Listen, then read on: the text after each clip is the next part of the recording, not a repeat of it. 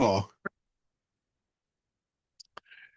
hi, I'm Mike Zyda, and today's presentation is entitled Much Ado About DeepSeek. I'm going to put up my slides and share those with you and move on. All right, I've got to hit play. Okay, Much Ado About DeepSeek. This is the My Next column for IEEE Computer Magazine, and it has been submitted and waiting for them to typeset it and get me back the proofs. All right. Today is the 7th of February, 2025, and everyone's talking about DeepSeek. So this is a very short talk to tell you about what is going on. So in this column, I try and make some sense of the fear of China's DeepSeek model, as well as reiterate that we all become useless in 2026, 2027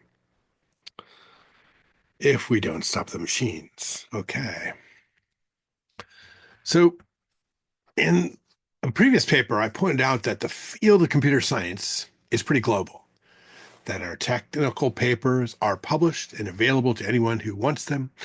Now they're all on the internet, so the only thing that can really be blocked during Cold War 2.0 is specialized hardware to China and its surrogates. But not software. Anyone can replicate software with the right BS, MS, or PhD in computer science. Also, in that previous paper, software and the algorithms underneath cannot be blocked during a Cold War, especially since the country that sends the most graduate students to the computer science and electrical engineering programs in the United States is China, with some departments in those fields being 80 to 85% People's Republic of China nationals. And the only way you can block this technology transfer is to provide permanent visas or citizenship to those students upon graduation so that they stay in the United States. And my feeling is we should do that for anyone from any country who has completed a master's or PhD in those fields in the United States. Or they will go home to China or wherever and build their own version of that software to great and brilliant acclaim.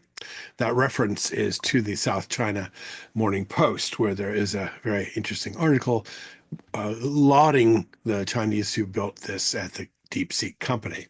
And that acclaim comes even if the new version is built on top of something that was previously open source, like OpenAI.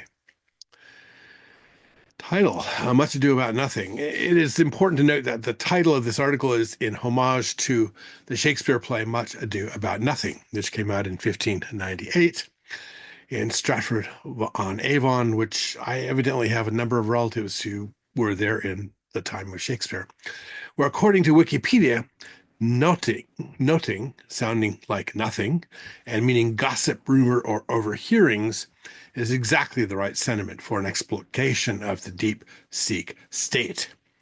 Here is what we are going to be nothing about. Of course, I always start out with this mind map, and you can go look at it in the paper. It's just there to say, I organize my thoughts, put them out here, and then turn it into text. And now, the gossip, rumor, overhearings about DeepSeek R1 in this next section are derived from a 30th of January 2025 post on LinkedIn by Steve Norrie, one of my favorite posters on LinkedIn, and the DeepSeek FAQ. I've turned Norrie's text into part of the mind map of Figure 1 and then added into the mix other gossip, rumor, overhearings, and 2 to complete the nothing.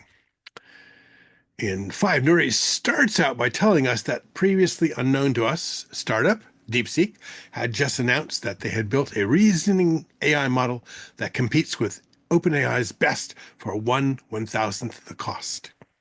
This normally wouldn't have caught anyone's attention except that it erased $2 trillion in market cap on NASDAQ, 500 billion of which was NVIDIA's. And all of the market lemmings assumed that since the Chinese startup had built it all for just $6 million, that we no longer needed much in the way of NVIDIA hardware or much of the OpenAI request for $500 billion to build their next model. Silicon Valley was streaming tears over this nothing. Nuri compared OpenAI's GPT-4 development cost of $600 million plus training cost against the announcement from DeepSeek that their total cost was $6 million. that OpenAI's model was not open source, and that DeepSeek's model was open source and made from an earlier OpenAI model when it was still open source, according to Vinod Khosla on an X post on the 3rd of January 2025. So the sky was falling in Silicon Valley bigly. So with DeepSeek saying that it was 27 times cheaper than OpenAI's models and cheaper to build and cheaper to run, everyone wanted to hire consultants to ask them the crucial question, should they pull the plug on Silicon Valley's AI efforts or stand pat, where our guys over here outsmarted by a Chinese development effort? Maybe it was time to stop the Cold War with China over tech transfer before we get locked out. DeepSeek is already on Amazon Web Services and on Apple's iOS, and the sky is still falling.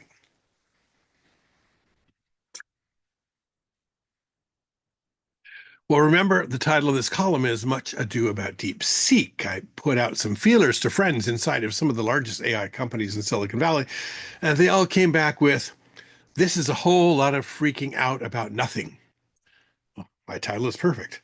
The scaling laws have been predicting that this would be possible for years. So that is somewhat of an obfuscation. But maybe the only news story is that a Chinese company did it. As I started this column, I told you that that kind of software development is pretty likely, seeing that we are educating Chinese students here in the United States, and they are some of our absolute best students. There are some other things that I found out, and this is important. DeepSeek forgot to include the hardware costs. According to Dario Amodei, DeepSeek did their work using $1 billion worth of NVIDIA hardware, some 50,000 Hopper chips, H100s, H800s, and H20s, and now these are older chips and run slower than the current generation of NVIDIA hardware, but that $1 billion has to be added into the DeepSeek development costs. In 3, which is entitled On DeepSeek and Export Controls, there are some great summary comments by Dario Amodei on this in his article entitled On DeepSeek and Export Controls. Of course, the 3 crucial paragraphs are the following. Thus, I think a fair statement is DeepSeek produced a model close to the performance of US models 7 to 10 months older for a good deal less cost, but not anywhere near the ratios people have suggested. R1, which is the model that was released last week and which triggered an explosion of public attention, including a 17% decrease in NVIDIA stock price, is much less interesting from an innovation or engineering perspective than V3. It adds the second phase of training reinforcement learning described in 3 of 3 in the previous section, and essentially replicates what OpenAI has done with O1. They appear to be at similar scale with similar results. These will perform better than the multi-billion models that were previously planning to train, but they'll still spend multi-billions. That number will continue going up until we reach AI that is smarter than almost all humans at almost all things. All right. If you are going to use export controls in your title, you're reaching back to locking the barn door after the cows have escaped argument with respect to DeepSeek and NVIDIA hardware. But Amodei comes back on this to my point. The performance of DeepSeek does not mean the export controls failed. As I stated above, DeepSeek had a moderate, only 50,000 chips, too large number of chips.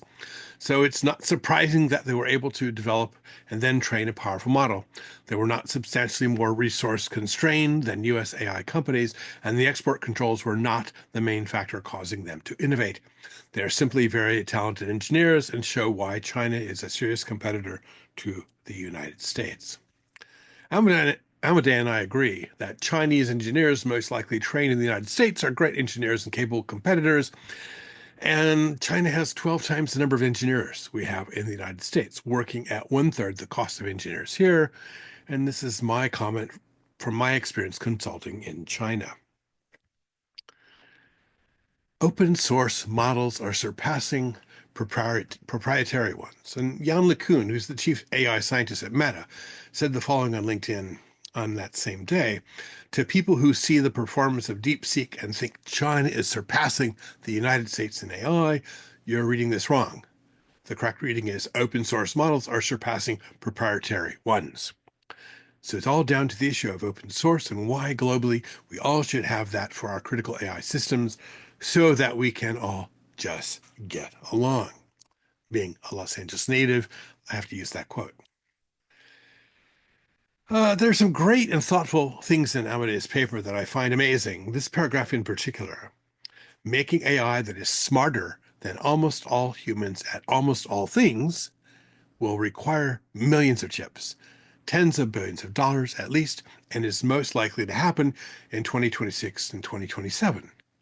DeepSeek's release doesn't change this because they're roughly on the expected cost reduction curve that has always been factored into these calculations. Again, they don't have enough chips. They don't have the millions of chips. They have 50,000 chips. That's a much smaller number. So we have rationale to continue to fund the development of these large models in the United States and their required large hardware, along with their nuclear power plants, so they can run that hardware and its air conditioning and continue the warming of the Earth. That's my commentary, sorry. So in 2026, 2027, we will have AI that is smarter than almost all humans at almost all things. And we all become useless. And the AI will write my columns while I swim. Is that a bleak or happy future? Depends on how much you like swimming. Here are my references.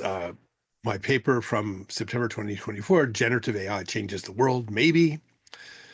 2 is DeepSeek FAQ. I suggest you go look at that link. It's pretty helpful to tell you the latest things they have learned about DeepSeek.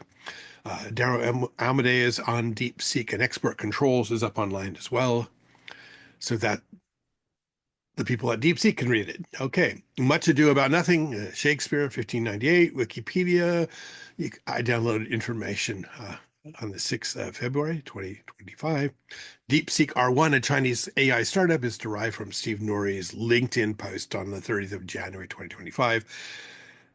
My YouTube channel I referenced because this video is going to be on that YouTube channel, but it's also where you can go see the consulting that I did in China over the last 10 years.